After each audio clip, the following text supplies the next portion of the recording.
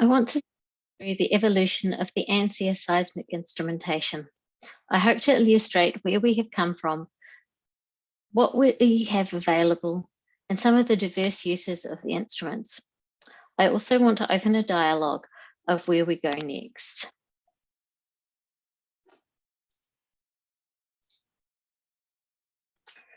ANSI started as the Australian National Seismic Imaging Resource, launched in 1998 in a partnership with ANU and what is now Geoscience Australia. It included both passive and active source seismic instruments. The equipment was intended to facilitate research, providing instruments with price tags well beyond the individual research project. Today, there are 11 members of the ANSI group, and it has been rebranded as the National Facility for Earth Sounding. And now it encompasses magnetotellurics, active seismic, passive seismic, and petrophysical facilities. There are 4 core members who house and facilitate the use of the equipment. Today, I'm only going to talk about the portable seismic and OBS facilities we house at ANU.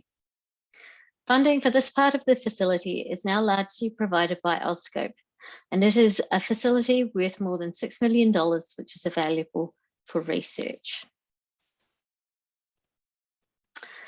The original fleet of broadband sensors has only changed a little over time and comprises of GORALP sensors, including 3 ESP and 40 Ts.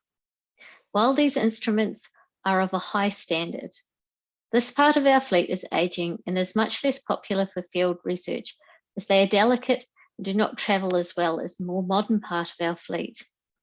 They are also bulky and have a high power consumption, making install and maintenance of these instruments logistically more difficult. We have a new fleet of Trillium compact sensors that are more robust for field campaigns. These sensors are not as sensitive, but offer a broadband solution of either 20 or 120 seconds that is more appropriate for field campaigns. They also have the advantage of being small, lightweight, and have a low power consumption. The original L28 fleet of short periods was largely replaced by LE 3D light seismometers, now providing a 1 Hz corner frequency. But recently we have found the L28s still have life in them.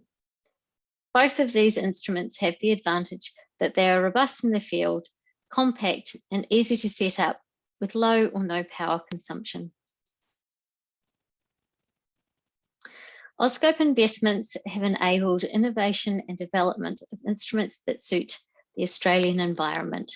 In particular, the ANU have developed a low power recorder that is able to withstand the harsh Australian environment with a power consumption that is less than 200 milliwatts.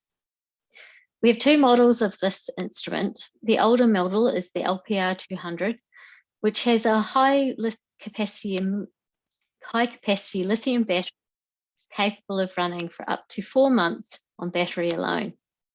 The disadvantage of this recorder is that it is heavy, weighing in at about 14 kilos, including the battery, and the lithium batteries make it into dangerous goods, which can make shipping difficult. The newer pterosaurs come in at about 4 kilograms, including the battery. This instrument uses commercial batteries that can be purchased locally, making shipping a lot easier. Both the LPR 200 and the pterosaur are capable of running continuously with a 10-watt solar panel, as seen in the 2 field photos. They only require a couple of hours of sunlight a day. Alongside the more traditional sensors we offer, we have recently updated our fleet with 200 all-in-one smart solo instruments. These integrate a 3-component 5 Hz short period sensor and a digitizer.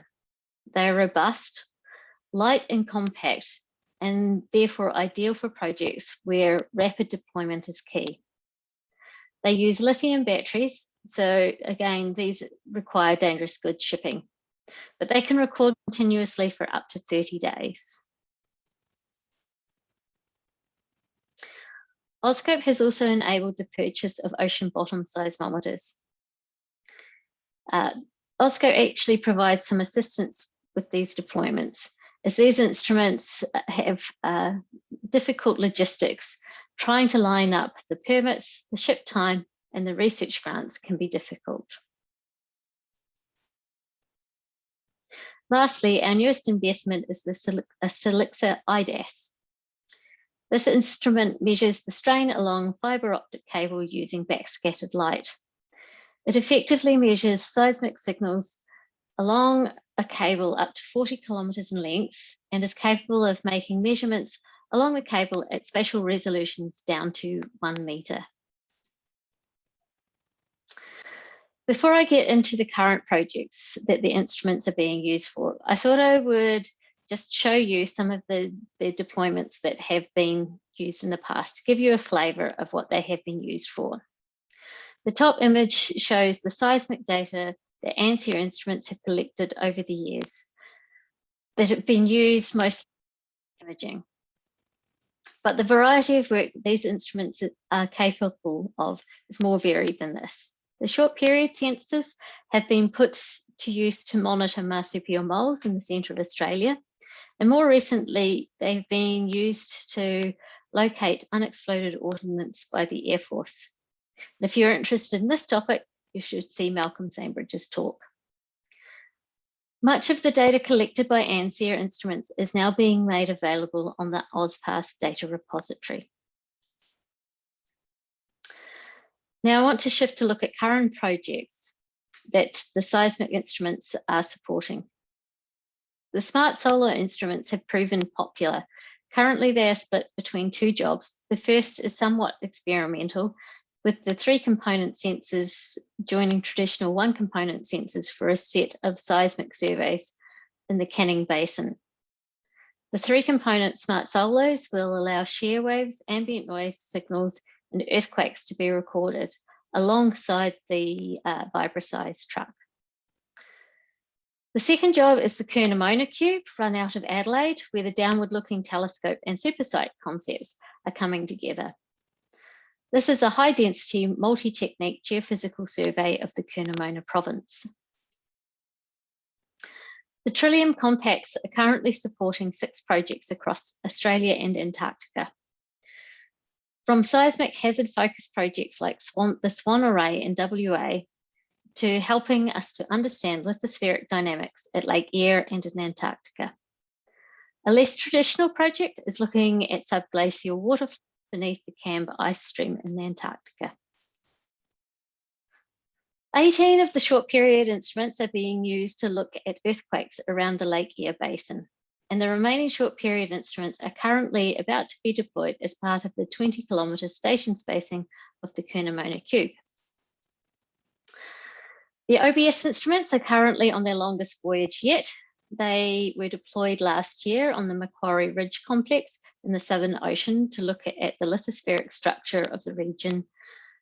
This region has produced some of the largest submarine earthquakes in the 20th and 21st centuries.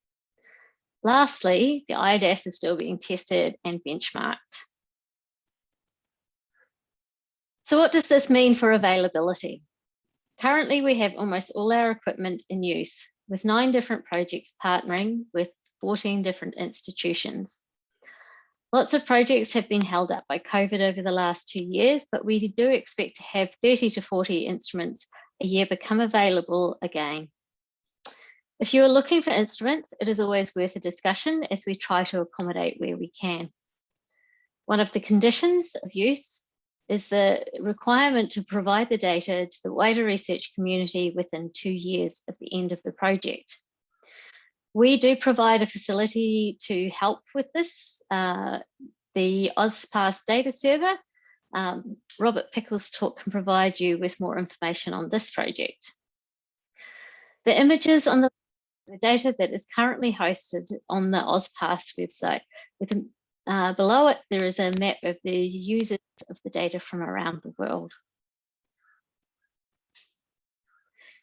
While we're always trying to improve this facility, we need your help. To keep the facility relevant to our research community, we need to know what the community research needs are. What are the research questions we want answered, and how can we facilitate this? What new technology is available or under development? We would like to gauge the interest in an Earth imaging workshop to help us answer these questions. If you are interested in helping us with some of these questions, please sign up with an expression of interest for an Earth imaging workshop on the AusPass webpage. Thank you.